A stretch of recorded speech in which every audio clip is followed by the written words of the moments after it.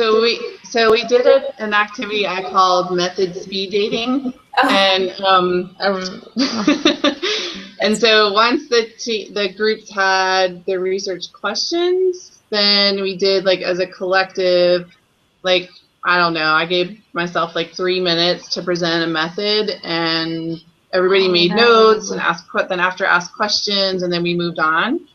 And then once we had looked at kind of a range of methods, then the teams broke back up in their separate groups and said, like, all right, what makes most sense for us, given our research questions, which method do we want to use? And so your group chose the focus group? Mm-hmm. We chose to do the focus group, and the other group chose to do interviews. Yeah.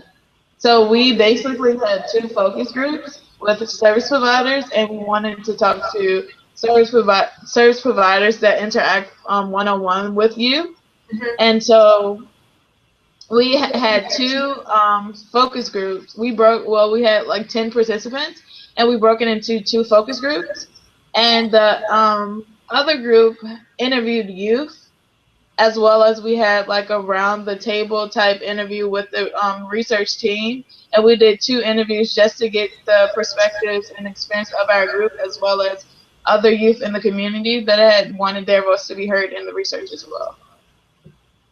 And then the youth team also they liked visual methods a lot. So they thought that it'd be powerful to have some pictures or images. So they included a visual method at the end of the interview where the youth could pick and describe an image that would kind of capture their experience of homelessness. Mm-hmm. So we were able to use those images with some quotes to just, hit that home with the findings, which is really powerful. You know what's cool about the focus group too? I forgot about this, but they had a long conversation from an action perspective about how we thought direct service providers could be good allies for the team, and that we thought they probably wanted to serve youth, but really struggled with a lot of the same barriers that youth faced in trying to get access to services.